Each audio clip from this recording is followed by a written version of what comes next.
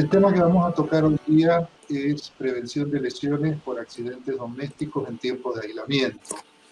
Creo que el título es muy amplio y por lo tanto eso le habla también de la extensión que puede tener. Antes de comenzar el tema central, que es la prevención de lesiones, voy a hacer mención a dos o tres aspectos fundamentales.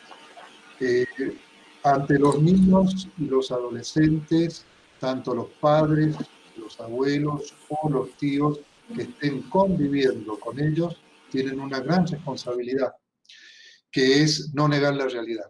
Creo que esto es fundamental, no negar la realidad. Por lo tanto, se deben establecer parámetros, se deben establecer situaciones en las cuales hablemos con los niños de lo que está sucediendo. Quizás esto ya lo hayan hecho, quizás por la etapa en la cual estemos ya de este proceso de ASPO, de aislamiento social preventivo y obligatorio, ya lo han hecho. Bueno, lo importante es seguirlo haciendo. Para eso es básico tener una buena información y esa buena información también parte de los adultos responsables. Me refiero responsable en el aspecto de que tienen a cargo la supervisión de los niños, las niñas y de los adolescentes, en también recibir una comunicación acorde. Los medios masivos de comunicación nos informan en forma permanente, en forma dinámica, y a veces yo diría, con todo respeto, hasta en forma excesiva. Por lo tanto, es muy importante que quien supervise a estos pequeños sepan cuáles las noticias que deben realmente transmitirle. Por lo tanto, hay que remarcar que los niños, las niñas y los adolescentes, que como los mencionamos semánticamente desde la pediatría o desde la Sociedad Argentina de Pediatría, captan rápidamente las situaciones de estrés, las situaciones de ansiedad o de angustia de los papás. Por lo tanto, lo primero que hay que tratar de mantener son dos cosas, la calma y la templanza. La calma por el hecho de que, como acabo de decir, el niño lo capta inmediatamente y eso genera sensación de angustia. A esa sensación de angustia se genera ansiedad. Y la ansiedad lleva generalmente a hiperactividad. Se imagina que la hiperactividad de estos niños e incluso de los adolescentes dentro de un ambiente de confinamiento se puede transformar en conflictos. Y estos conflictos pueden transformarse en accidentes. Por eso tan importante la prevención de lesiones. Entonces, dos aspectos importantes. No negar la verdad, conversar con los niños, con los adolescentes. Y para esto, otros dos ítems fundamentales. Lógicamente, tenemos que hablar con un lenguaje que esté acorde con la edad y con el grado de madurez. Y el otro punto que ya mencioné y vuelvo a remarcarlo, siempre con la verdad. Por ejemplo, se puede comenzar la charla preguntando qué sienten ellos, qué piensan ellos. Y otra forma de motivarlos es decir, dibujen lo que están viviendo, ¿ah? O lo que sienten, qué te parece lo que está pasando dentro de la casa. Y los chicos generalmente es la forma que comienzan a conectarse con los papás, con los abuelos, con los convivientes que les haya tocado estar durante el confinamiento. Hay que saberlos escuchar, hay que saber ver los gráficos y preguntarle, o los dibujos, y preguntarle justamente qué está haciendo. De la misma forma, tenemos que transmitir las medidas de prevención, a través de la práctica, a través del ejercicio del lavado de manos, cuando tosemos o cuando estornudamos, enseñarle claramente que lo hacemos sobre el pliegue del codo, que utilizamos para limpiar las superficies trapos con alcohol y lo hacemos en forma permanente, que limpiamos el mouse, los teclados, los teléfonos celulares, los teléfonos inalámbricos, las tablets en forma permanente y que eso el niño también, cuando lo toca, tiene que saber que tiene que estar previamente limpio. Pequeños grandes detalles. Hay que hacerle ver que esto, más que prevenir la enfermedad, que es fundamental, los mantiene sanos. O sea, trabajar con lo positivo. Si vos te lavas las manos frecuentemente, tienes que saber que vas a estar sano. Entonces, quitar un poco esos temores, esos miedos y ansiedades que muchas veces sin querer transmitimos, que nos vamos a enfermar en cualquier momento. No, lo importante es que estamos tomando todas las medidas necesarias para tratar de estar sanos. Tanto los adultos como los niños es recomendable en las distintas etapas del aislamiento que van desde el periodo inicial, que yo le llamaría el periodo de resignación a estar aislado, como en la segunda etapa, que es una etapa que muchas veces se denomina etapa de enamoramiento del aislamiento o de aceptación del aislamiento, en el cual generalmente ya se comienza a hacer trabajos virtuales o los chicos comienzan a recibir educación virtual. La tercera etapa, que es la etapa generalmente de angustia y de ansiedad, porque ya queremos salir del aislamiento. Y la cuarta etapa, que tampoco es una etapa fácil, es la de recuperar nuevamente la libertad y la autonomía dentro de un ámbito de normalidad distinto. Porque todos lo sabemos que vamos a recuperar libertades, si podemos así decirles, o derechos que hemos perdido, pero nunca dentro de la normalidad cuando iniciamos todo este proceso.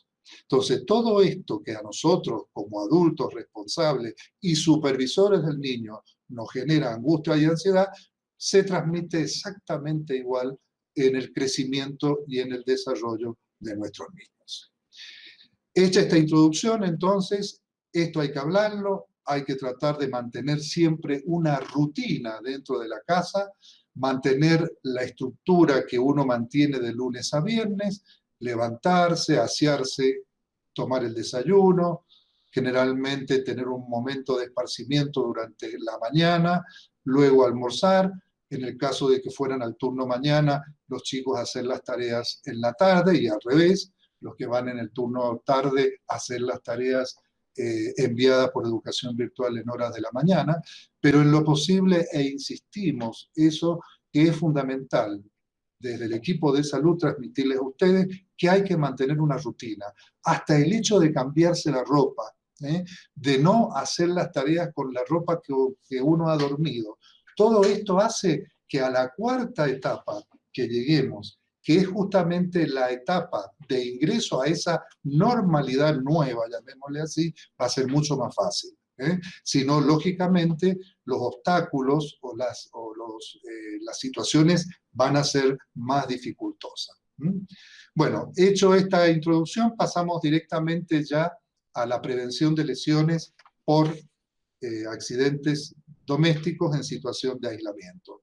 En otra oportunidad, en otra reunión, podremos hablar qué es aislamiento, qué es cuarentena, qué es confinamiento, porque cada una de esas palabras que por ahí utilizamos libremente, cada palabra es un concepto distinto al otro. Entonces puede ser motivo, junto con los estados emocionales que se van a ir viviendo o que ya vamos viviendo en estas etapas, también usar las terminologías correctas y adaptadas a cada una de las situaciones en las que estamos inmersos. El título es Prevención de lesiones por accidentes domésticos en el aislamiento social, preventivo y obligatorio, como está establecido desde el gobierno nacional, y las pautas para salud y bienestar en cuarentena. Fíjense que por un lado está el concepto de prevención y por otro lado el de promoción de la salud, que es pautas para mantener el bienestar, el estar bien en todo aspecto, en el psicológico, en el físico, en el familiar y en el social, que no es poco. Con respecto al social, recién olvidé mencionar que es importante que los niños no pierdan el contacto con sus familiares a través, por ejemplo, de videollamadas o a través del celular, simplemente escuchándolo, y si no hay celular, a través de un teléfono fijo. Entendemos que no todo el mundo tiene acceso a todas las tecnologías, pero en algún momento de la semana o en algún momento del día es importante que nuestros niños mantengan el contacto, ya sea con sus familiares, con sus compañeros de escuela, con sus amigos. No es necesario que sea todos los días. Esto favorece la sociabilización y también le hace muy bien al adulto supervisor. El contacto, el ver que los otros se encuentran en la misma situación, aunque parezca algo obvio o algo, digamos, ingenuo, nos hace bien. Es como decir, estamos todos en la misma, tenemos que ayudarnos a tratar de superar la situación. Los niños de 1 año prácticamente tienen una rutina diaria simple. Yo diría que es más sencillo su manejo. Comienzan a tomar contacto con todos los objetos, ese es el gran problema, y empiezan a tener inquietudes exploratorias, todo les llama la atención. Algunos gatean, sabemos que algunos gatean y otros directamente empiezan a caminar, pero cuando empiezan a gatear y a deambular, adquieren la capacidad de trepar, trepar dentro de una cocina, dentro de un dormitorio, dentro de una biblioteca, en el jardín si lo tenemos, un balcón, una escalera, si vivimos en departamento. Y comienza a incursionar ya en el mundo de los adultos muy rudimentariamente. Por lo tanto, estas rutinas diarias simples que pongo al comienzo, se va complejizando, porque el adulto y el supervisor que tiene a cargo del niño tiene que ir flexibilizando y dándole espacio para lograr la tan anhelada independencia y autonomía de nuestros niños, pero siempre, siempre supervisada. El niño de 2 años, fíjense, comienza a desafiar el no. Cuando nosotros le decimos no, vienen los berrinches, se tira al piso, se enoja, llora, agrede. Muchas veces no agrede solamente a los padres, a los abuelos, a los tíos, con los convivientes que tengan en el alejamiento, sino muchas veces agrede a los hermanos, en el caso que los tuviera, y sobre todo a los hermanos menores, en los cuales se agrega una situación de celotipia ya establecida previamente. El niño tiene mayor necesidad de moverse, tiene mejores destrezas, todo le llama la atención, las fuentes de calor, los enchufes. ¿Por qué los enchufes? Porque los enchufes generalmente implican la posibilidad de tener la vista o imágenes o sonidos a través de la televisión, a través de la pantalla de la PC, de la computadora, o a través de la pantalla de la tablet, o a través de la pantalla del televisor común. Por lo tanto, el niño sabe que enchufando y desenchufando, él puede llegar justamente a tener sonidos o imágenes que lo divierten, que lo gustan, pero que no va a tener foco de atención más que 4 o 5 minutos. Pero en esos 4 o 5 minutos donde enchufa y desenchufa es donde se producen las lesiones. El niño investiga todo, como ven muy bien en la foto, y se lleva absolutamente todo a la boca. El niño conoce el mundo a través de la oralidad, a través de llevarse todo a la boca para saber tener gusto, olfato e incluso la sensación de si es áspero o si es o tiene alguna otra textura, si es rugoso, etc. Por lo tanto, remarcar, desafían el no y tienen que comenzarse ya a poner reglas. Ven ya en el otro slide, debe comenzar a explicarles algunas reglas. En una palabra, los límites. ¿Por qué los límites? Porque los límites no solamente favorecen lo que tenemos en la primera parte, en la parte superior, el proceso de sociabilización.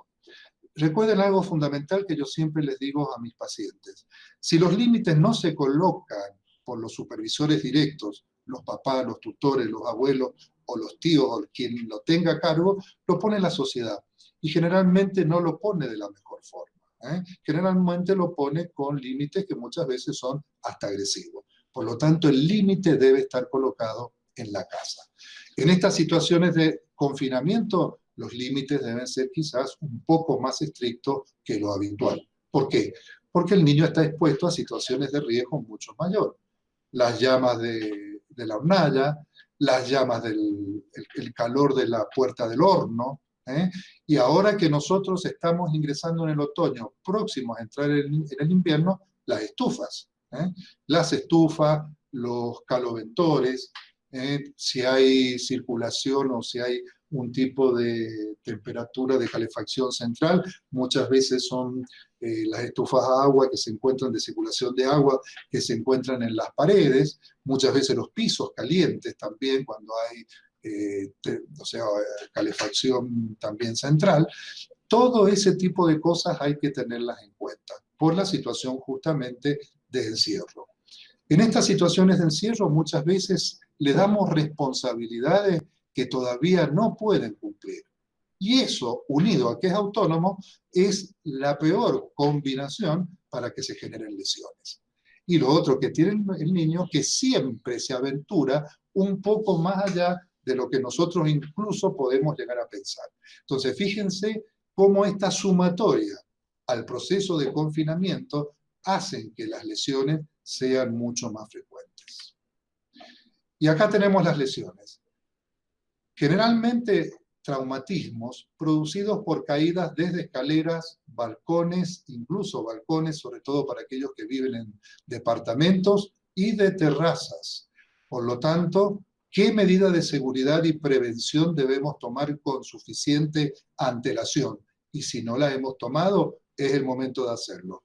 Colocar una puerta de seguridad, un barrote o simplemente una traba que la compramos en la ferretería, que ya están abiertas. Una simple traba ya hace que el niño no se suba a la escalera. Lo otro que podemos hacer cuando no hay puertas de seguridad, barrotes o trabas es enseñarle al niño que hay un límite y de a poco educándolo a cómo bajar y subir la escalera con seguridad, siempre con la supervisión. Bajar sentado, ¿no es cierto? Es una forma muy importante de transmitirle, pero esto lógicamente cuando tenga más de 2 años. Otro tema que se ve muy frecuentemente y que hemos tenido ahora un incremento en la situación de confinamiento, sobre todo cuando los niños viven o adolescentes viven en viviendas pequeñas, que el único lugar donde pueden estar es en la cucheta con su tablet o con su celular, o leyendo, en el caso de no tener tablet ni celular, son las caídas de las cuchetas. Por lo tanto, es fundamental saber que las cuchetas no pueden usarse hasta los 6 años. Y estas cuchetas deben responder a las normas IRAN de seguridad que implican que tengan una baranda que sea difícil de desajustar. Otra lesión muy común es el aplastamiento por muebles. Pedimos, por favor, que en las habitaciones, sobre todo en los dormitorios, en los living o en los lugares donde están los televisores o las bibliotecas, estas estén amuradas. Los zapateros, donde se colocan los zapatos, muchas veces que uno cree que son livianos, pero realmente cuando tienen ya muchos zapatos y son muy altos, pueden caerse sobre el niño. Las piletas de lavar, muchas veces tenemos la pileta de la cocina o la pileta del baño sin amurar porque no se ha terminado la obra, no hay suficiente en ese momento dinero para poder terminar. Bueno, el niño se deberá adaptar a la situación, habrá que colocar algo que evite llegue hasta la pileta y lógicamente evitar eso, las situaciones de aplastamiento. Dijimos que el niño gateaba, a veces, otras veces no gatea, pasa a deambular, y otras veces se trepa. Y se trepa directamente, muchas veces agarrándose de los bordes de los muebles, por ver, por ejemplo, la pantalla de la PC. Y se viene con escritorio, con PC y con todo lo que hay arriba. Ha habido un incremento de las lesiones por aplastamiento en esta situación de confinamiento. Otro gran tema, las quemaduras. Las quemaduras también se han incrementado, no porque estemos ya en invierno y por el hecho del uso de las estufas, de los calefactores, sino por el uso de los hornos. Cuando los hornos son bajos y no están empotrados, los chicos tienden a correr, caminar y a apoyar las manos directamente sobre una superficie dura. Esta superficie dura puede ser el vidrio caliente de los hornos y una de las quemaduras más frecuentes son las de las palmas. Y generalmente son quemaduras importantes, quemaduras AB o quemaduras B incluso. Ni hablar de la utilización de sartenes y de ollas. Hay que utilizar, lógicamente, las hornallas de atrás y siempre los mangos deben estar colocados hacia los lados y siempre con tendencia a que se vayan hacia atrás justamente de la cocina. Algo que le llama mucho a los niños son las cafeteras eléctricas y pavas eléctricas. Les llama la atención porque hacen ruido, porque tienen luces y porque sabe la mamá que ahí le prepara el agua para hacerle el biberón o prepararle la taza de té. Deben estar colocadas lejos del alcance de él, colocadas en la parte interna de las mesadas y lógicamente el enchufe, si está prendida, no está prendida en forma permanente, con tapa enchufe. Servir, acuérdense, las sopas, todo lo que sean los líquidos, sirvámoslos tibios, no los sirvamos hirviendo. ¿Ah? Muchas veces creemos que mientras más caliente está, mejor le va a ser. No, o sea, tomemos las medidas necesarias para que todo esté hervido por las medidas de contaminación, pero al chico le gusta tomar las cosas tibias. Por lo tanto, hasta que no estén entibiadas, no le pongamos ni el biberón, ni el plato sopero, ni la taza. Ni la taza de té. Muchas veces colocamos la taza de té, la taza de leche a altas temperaturas y sabemos que el chico lo primero que va a hacer es tocarla porque quiere tomarla en forma inmediata.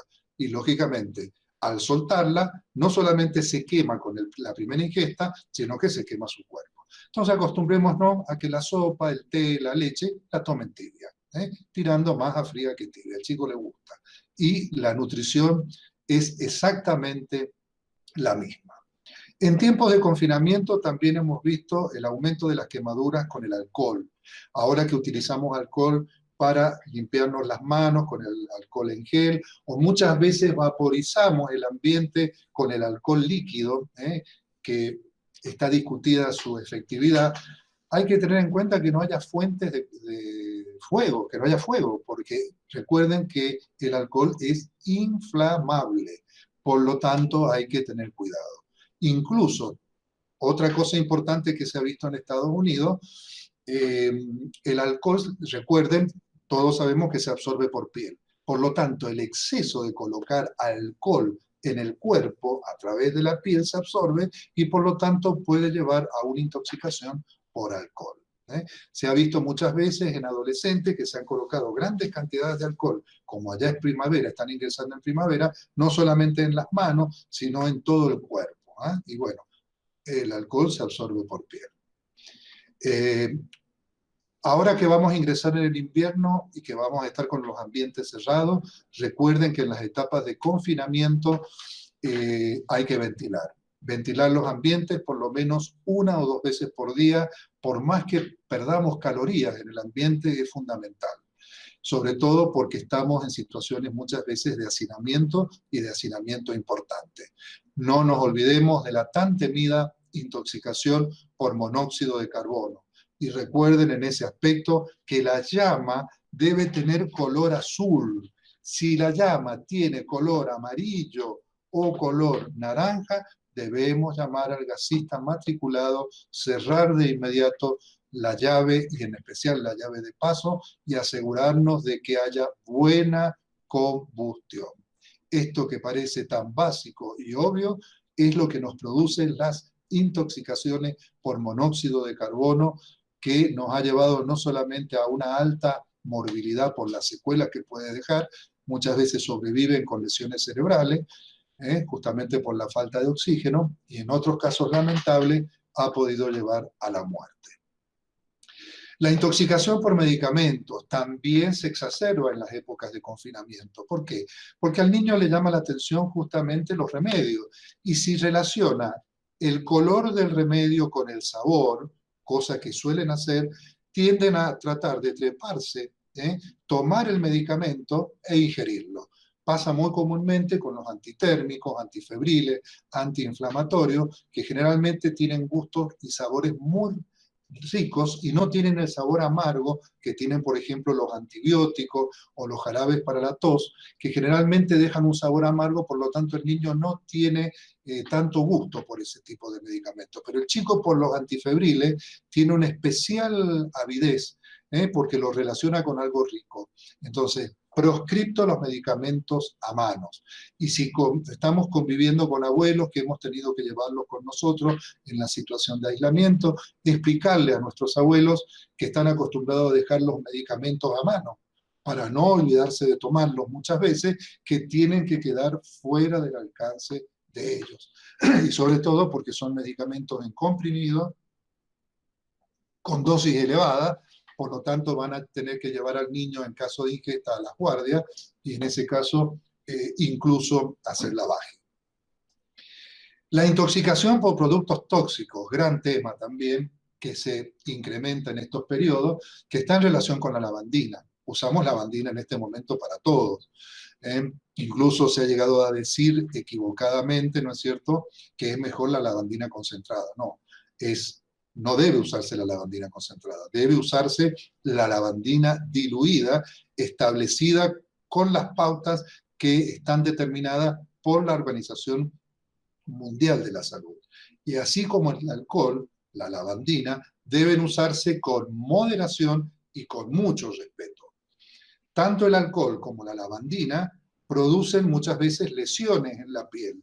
Por lo tanto, las mamás o los papás que también tienen a cargo la limpieza de las superficies y de los distintos ámbitos de la casa, tienen que utilizar cremas nutritivas para evitar las erosiones en la piel, que también es un punto de justamente de ingreso para infecciones. Dicho de otra forma, tenemos que aprender todas estas situaciones que estamos viviendo ahora y que están exacerbadas en el confinamiento para favorecer el buen estado de salud, como les dije anteriormente, con el lavado de manos. Todo esto potenciarlo, creo que es lo positivo que vamos a sacar de esta cuarentena, una de las tantas cosas positivas que vamos a sacar de esta cuarentena. Saber que el lavado de manos sigue siendo la mejor herramienta para luchar contra los microorganismos. No hay otra. Podremos tener el mejor barbijo, podremos tener los mejores guantes, podremos tener el mejor guardapolvo, pero nada reemplaza el lavado de manos. ¿Y con qué? Con agua y jabón. ¿Qué jabón? Jabón de lavar. Sí, no hay jabón de tocador porque se nos terminó y no podemos ir hoy día porque no nos toca la terminación del número al supermercado. Jabón de lavar. Y agregué, le pedí a Daniel Luciani, a quien agradezco su permanente colaboración en todo esto, el señor Luciani, que me dejara esta diapositiva. ¿Por qué? Las lesiones por tránsito del peatón, justamente por la flexibilidad que se ha producido en este momento en la cuarentena, en la cual los niños y los adolescentes pueden salir nuevamente a caminar por los diferentes ámbitos, siempre y cuando resguarden 500 metros y todas las medidas establecidas del gobierno. ¿Qué hemos notado en este periodo de cuarentena aquellos que hemos tenido que circular con poco tránsito? Que hay mucha gente que ha perdido la noción de tiempo, de distancia, y conducen a altas velocidades. Por lo tanto, si antes teníamos cuidado que no se respetaba la prioridad del peatón, con más razón, ahora que los que conducen autos, no todos, un mínimo porcentaje, ha perdido esta noción del espacio y de las distancias y conduce a alta velocidad, que indudablemente seamos nosotros respetuosos hasta que volvamos a retornar a esa normalidad de la cual había. Muchas veces por discapacidades o muchas veces por necesidades de una urgencia de salud, tenemos que sacar a los niños, a los adolescentes. Recuerden que los niños deben ir en las sillas de seguridad hasta los 8 años. Distintas ubicaciones, distintos tamaños, pero hasta los 8 años es obligatorio el uso de las sillas o de los sistemas de retención infantil. Y si no, tienen que ir en la parte trasera, siempre con el cinturón de seguridad. Ahí tienen también en la parte inferior los accidentes por electricidad, que tenemos que tener, los protectores de enchufe, disyuntores o térmicas. Eso salva vidas. Fíjense cómo ahí el niño está enchufando la plancha, justamente para ver la luz o sentir un ruido. Eso les llama mucho la atención. Y hacemos hincapié nuevamente en tener cuidado cuando comenzamos a salir a deambular.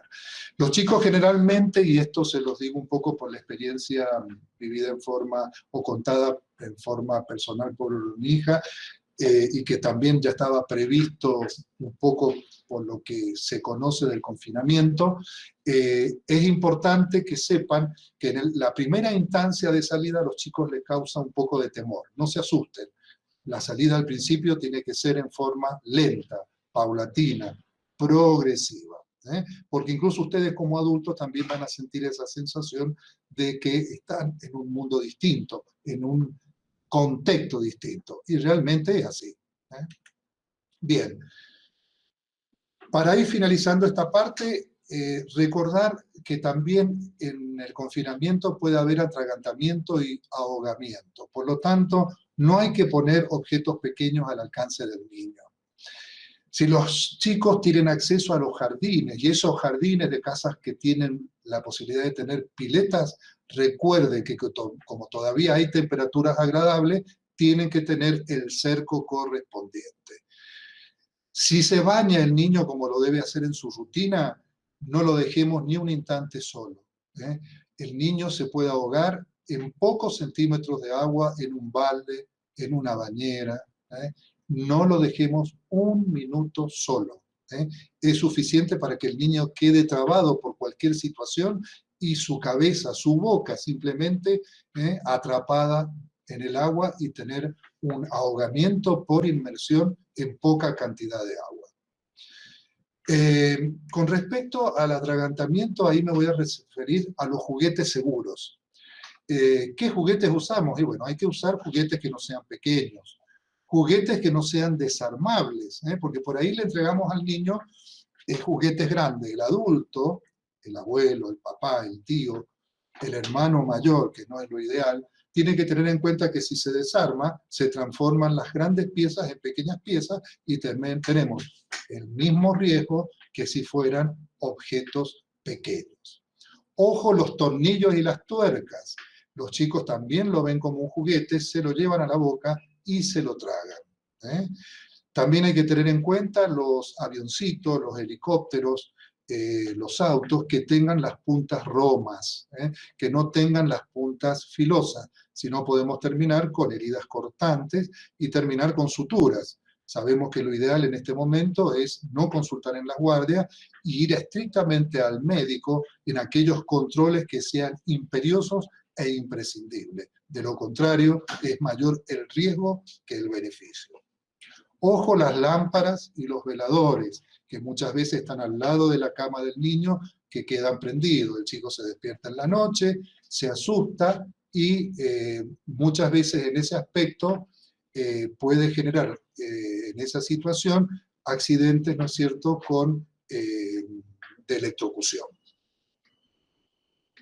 También les comento que hay que tener cuidado con los juguetes que tienen baterías y pilas o transformadores, porque el chico tiende a ingerirlos y esto ustedes saben que producen graves lesiones, lógicamente por decúbito o por la liberación de sustancias tóxicas.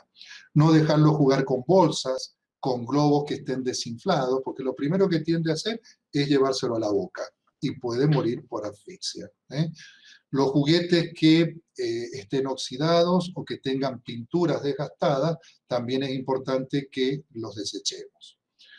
En los corralitos y en las cunas no dejemos juguetes, el niño puede darse vuelta y muchas veces eso generar ahogamiento. Por lo tanto, la cuna y la cama deben estar totalmente libres de cualquier obstáculo y en este caso los obstáculos pueden ser los juguetes. Los juguetes también pueden llevar a atragantamiento y ahogamiento cuando tienen sabores. Cuando tienen sabores o cuando tienen colores, el chico lo primero que hace, sobre todo antes de los 4 años, llevárselo a la boca y indudablemente lo puede tragar. Otra cosa muy común, los chicos, sobre todo en los varones, les gustan los juegos de arrastre, o sea, enganchar la soga y ir tirando los autos, los camioncitos. Ojo, porque muchas veces se pueden enredar en la soga, en la piola, y muchas veces eso generar, no voy a decir ahorcamiento, pero sí que se enganchen en las piernas, no puedan caminar y caigan, tener traumatismos por caída. Por lo tanto, todo lo que sean juegos con bolitas, juegos que sean pequeños, están contraindicados en la época de confinamiento. Esto es en los chicos más grandes, pero prácticamente lo hemos ido viendo, es viable también para los niños más grandes y los más pequeños. Un tema que no me referí son las mascotas. Bueno, las mascotas, si bien sabemos que son muchas veces necesarias en el crecimiento y el desarrollo de nuestros niños, hay que tener en cuenta que en esta situación de confinamiento debe respetarse su espacio y debe respetar la mascota, hacer respetar el supervisor, que la mascota respete el espacio del niño. En una palabra, que no duerma en la misma cama, que no duerma en el mismo lugar o en el mismo espacio donde está durmiendo el niño, salvo que las situaciones de hacinamiento lo impidan. Esto también es importante. Las mascotas también perciben desde el punto de vista de la conducta animal muchas veces estas situaciones de irritabilidad o de intranquilidad y por lo tanto pueden ponerse más agresivas de lo habitual. Por lo tanto, tratar de que la mascota tenga una conducta apropiada, colocando límites y tener una vigilancia permanente. Espero que les haya sido útil, que les haya sido claro y que haya quedado lo que más quería en esta reunión, un mensaje que ustedes puedan ir reciclando para con sus confamiliares y de esta forma disminuir las lesiones en situación de confinamiento.